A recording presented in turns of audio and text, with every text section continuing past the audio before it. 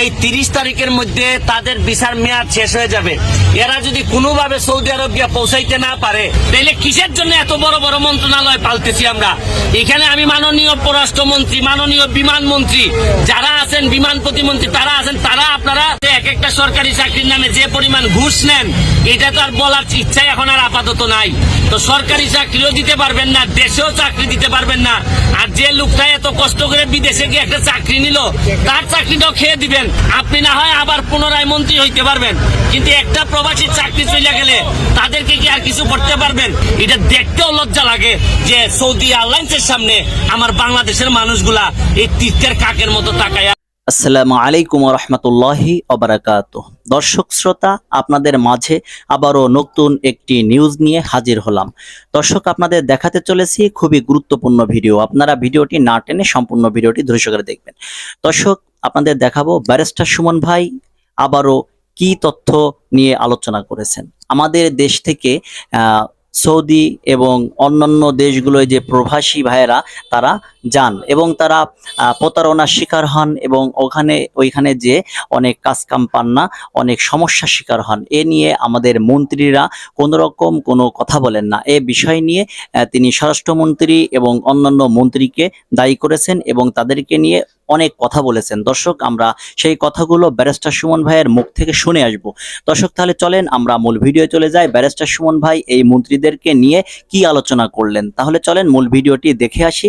যারা এখনো পর্যন্ত আমাদের চ্যানেলটি সাবস্ক্রাইব করেননি তারা অবশ্যই আমাদের চ্যানেলটি সাবস্ক্রাইব করে দিবেন, পাশে থাকা বেল আইকনটি অন করে দিবেন এবং লাইক করবেন ও শেয়ার করবেন এবং ভিডিওটি যেন সবাই দেখতে পারে সেজন্য বেশি বেশি করে ভিডিওটি শেয়ার করে দিবেন। তাহলে চলেন আমরা মূল ভিডিও চলে যাই। মহান সৃষ্টিকর্তার নামে, যিনি পরম করুণাময় এবং অত্যন্ত দয়ালু। আমি এখন যে জায়গায় দাঁড়াই আছি এটা হচ্ছে হোটেল সোনারগাঁর সামনে রোডের মধ্যে দাঁড়াই আছি। অসংখ্য মানুষ আমার পিছনে আছে আর আমাদের সামনে যেটা আছে এটা হচ্ছে সৌদি এয়ারলাইন্স। চিন্তা করা যায় কত অপমানজনক হইলে নিজের দেশে বাংলাদেশের মাটিতে দাঁড়াইয়া সৌদির মতো একটা দেশের এয়ারলাইন্সের দৃষ্টি আকর্ষণের জন্য উকিঝুঁকি মারতেছি যে এয়ারলাইন্স তাও একটা টিকিট দেয় কিনা, দিলে আমরা সৌদি আরব যাইতে পারবো।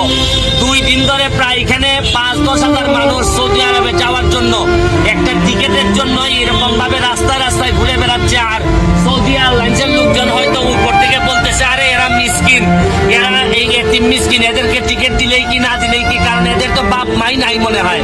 আর যদি বাপ মা থাকতো তাহলে তো 2 দিন এইভাবে কেউ পরে থাকতো না। যে কারণে ভিডিওটা করা। খেয়াল করে দেখেন 70-80 হাজার লোক যারা প্রবাসীদের উপর, যাদের ইনকামের উপর আমরা অনেক বেশি গর্ববোধ করি, যাদেরকে আমরা প্রবাসীদেরকে আমরা রেমিটেন্স যোদ্ধা বলি। এই 35 হাজার মানুষ বা 70 হাজার মানুষ যারা এই 30 তারিখের মধ্যে তাদের ভিসার মেয়াদ শেষ হয়ে যাবে, এরা যদি কোনোভাবে সৌদি আরব গিয়ে পৌঁছাইতে না পারে তাইলে এদের জীবনের স্বপ্ন বা জীবনের যত বাস্তবতা আছে এই বাংলাদেশেরই এদেরকে বহন করতে হবে এবং এই বাংলাদেশের বার্ডেন হবে। তখন তো হয়তো আমাদের বড় বড় নেতারা বলবেন যে এরা বাংলাদেশে আইসা বাংলাদেশের পরিবেশ নষ্ট করে ফেলবে, বাংলাদেশে আসলে পরিবেশ নষ্ট করবে। আবার তারা তাদের সৌদি আরব যাইতে সহযোগিতা আপনারা কতটুকু করতেছেন এটা আমার জানা নাই।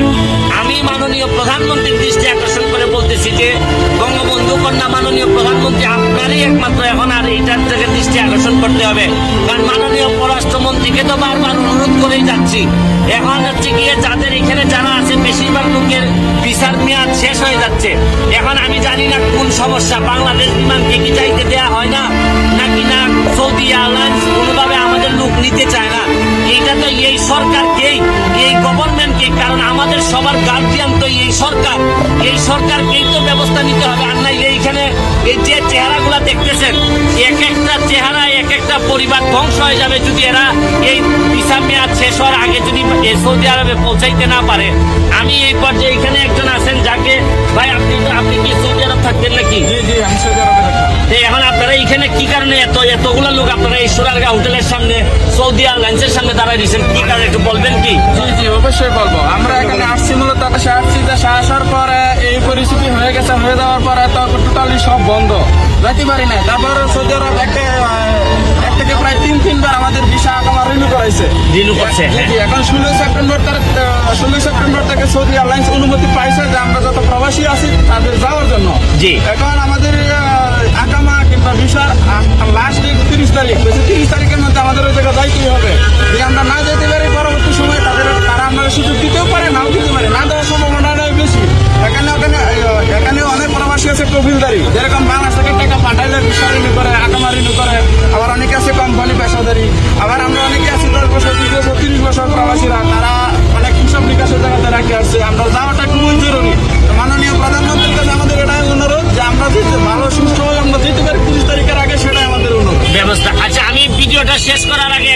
বলতে চাই যে আরে একটা সরকারি চাকরি তো দিতে পারেন না, আর যাও আছে এক একটা সরকারি চাকরির নামে যে পরিমাণ ঘুষ নেন এটা তো আর বলার ইচ্ছা এখন আর আপাতত নাই। তো সরকারি চাকরিও দিতে পারবেন না, দেশেও চাকরি দিতে পারবেন না, আর যে লোকটা এত কষ্ট করে বিদেশে গিয়ে একটা চাকরি নিল তার চাকরিটাও খেয়ে দিবেন। তাইলে কিসের জন্য এত বড় বড় মন্ত্রণালয় পালতেছি আমরা? এখানে আমি মাননীয় পররাষ্ট্রমন্ত্রী, মাননীয় বিমান মন্ত্রী যারা আছেন, বিমান প্রতিমন্ত্রী তারা আছেন, তারা আপনারা আমি জানি হয়তো আপনারা চেষ্টা করতেছেন, কিন্তু বুঝতেছেন যে আপনাদের চেষ্টাতেও যদি এরা যদি তাদের জীবনটা নষ্ট হয়ে যায়, এক একটা মানুষের জীবন কি আপনি দিতে পারবেন? আপনি না হয় আবার পুনরায় মন্ত্রী হইতে পারবেন, কিন্তু একটা প্রবাসীর চাকরি চলে গেলে তাদেরকে কি আর কিছু করতে পারবেন? তাই এই ভিডিওটা শেষ করার আগে শুধু বলবো যে মনে করেন যে এই প্রবাসীগুলা নিজের পরিবারের সদস্য, এরা বঙ্গবন্ধুর আদর্শকে ধারণ করে, এই চিন্তা করে অন্তত তাদেরকে এই ব্যবস্থাটা করেন, কারণ বঙ্গবন্ধুর আদর্শকে যারা আমরা ধারণ করি তারা এই ধরনের প্রবাসীর কষ্টের সময় বসে থাকতে পারি না, আর যদি বসে থাকেন তাহলে আদর্শের সাথে বেইমানি করা হবে। তাই বলি তাড়াতাড়ি ব্যবস্থা গ্রহণ করেন। এটা দেখতেও লজ্জা লাগে যে সৌদি আরবের সামনে আমার বাংলাদেশের মানুষগুলা এই তীর্থের কাকের মতো তাকায় আছে। তাই যত সম্ভব পারেন, দ্রুত সম্ভব পারেন তাদেরকে ব্যবস্থা গ্রহণ করেন, দুনিয়া আখেরাতে কিছু হইলো পেয়ে যাবেন। ভালো থাকেন, সুস্থ থাকেন। এত সময় আপনারা সম্পূর্ণ ভিডিওটি দেখেছেন এবং ব্যারিস্টার সুমন ভাই এই মন্ত্রীদেরকে নিয়ে এবং প্রবাসী ভাইদেরকে নিয়ে কি আলোচনা করেছেন সেই আলোচনাটুকু আপনারা ধৈর্য সহকারে দেখে বিষয়টি ভালোভাবে বুঝতে পেরেছেন। তাহলে আজকের মতন ভিডিও এখানে শেষ করছি। সকলে ভালো থাকবেন, সুস্থ থাকবেন। আপনাদের সঙ্গে আবারও দেখা হবে নতুন আপডেট নিউজ নিয়ে।